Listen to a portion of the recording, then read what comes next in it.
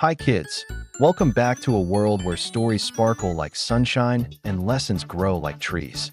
Long ago, beside a wide silver river and a golden field of wheat, there stood a peaceful village named Sunderpur. The people of Sunderpur were simple and kind. Every morning, the baker baked warm bread. The farmers worked in their fields, and children walked to school laughing and singing. Life in Sunderpur was calm and sweet. But not far away, beyond the mango orchards and near the tall banyan trees, lived a flock of very noisy parrots. These parrots were bright green, with shiny red beaks and curious eyes. They loved to chatter all day long. "What are the humans doing today?" they would squawk. "Let's watch. Let's copy." The parrots had a strange habit. They copied everything they saw. If a farmer scratched his head, they scratched their heads with their claws. If a child clapped, they flapped their wings loudly. If someone laughed, they screeched with laughter too. At first, it was funny, and the villagers smiled at their silly behavior. But slowly, their copying turned into trouble. One afternoon, Mira the milk seller was carrying a large pot of fresh milk to the market. "I must walk carefully," she said softly. From the trees above, the parrots watched closely.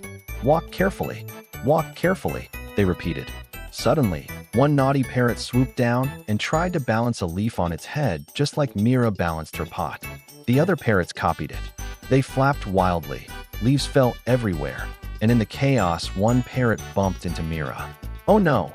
she cried as the milk pot slipped and spilled onto the dusty road. The parrots flew back to the trees, still laughing and repeating her words without understanding the harm they had caused. Mira returned home sadly that day. A few days later, Kareem the oil merchant rested under a tree with his jars of mustard oil. He wiped his forehead and said, "What a hot day." The parrots echoed him loudly. Kareem opened one jar to check the oil, and the parrots leaned forward curiously. One brave parrot flew down and pecked at the lid of another jar. The others followed quickly. Soon jars were tipping, oil was spilling, and the ground became slippery. Kareem slipped and fell with a loud thud. "My oil, my hard work," he groaned. This time the villagers were not amused at all. That evening, they gathered under the oldest banyan tree and spoke with worry. "These parrots are causing too much trouble," they said. Among them sat an elderly schoolteacher named Dev Sharma. He was calm, wise, and patient. Stroking his white beard, he said gently, "The parrots are not evil. They simply copy without understanding. We must teach them a lesson with wisdom, not anger." The next morning, Dev walked toward the orchard carrying a basket filled with small clay pots of bright red chili powder. He sat under a tree where the parrots often gathered. The parrots noticed immediately and began whispering excitedly. Dev looked around dramatically and said loudly, "Oh my, these sweet red sweets are my favorite." The parrots repeated his words with excitement. Dev pretended to taste a tiny pinch and acted delighted. Without thinking, one parrot swooped down and dipped its beak into a pot. The others followed. For a moment there was silence. Then loud screeches filled the air as the chili burned their tongues.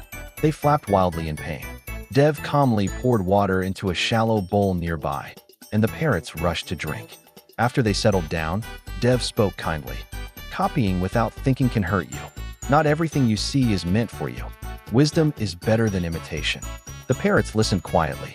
For a few days, they stayed calm and simply watched from the trees. But one young parrot named Pico was still curious. One afternoon, children were flying colorful kites in the field. Pico saw the kites dancing in the sky and decided to copy them.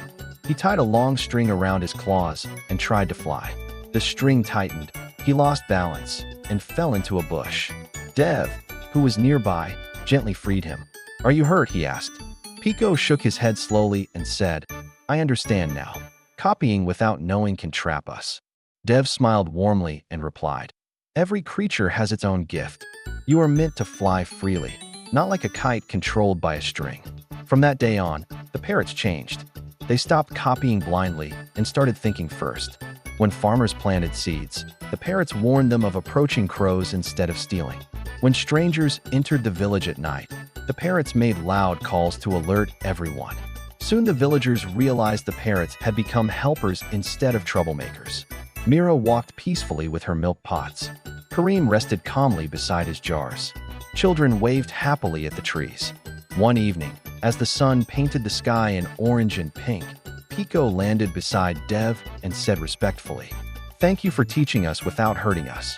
Dev smiled and replied, "True wisdom guides, it does not punish." The village of Sunderpur became peaceful once again, and high in the banyan trees, the parrots lived happily, no longer silly imitators, but thoughtful friends. The lesson is simple. Copying others without thinking can lead to trouble, but wisdom and kindness bring peace to everyone.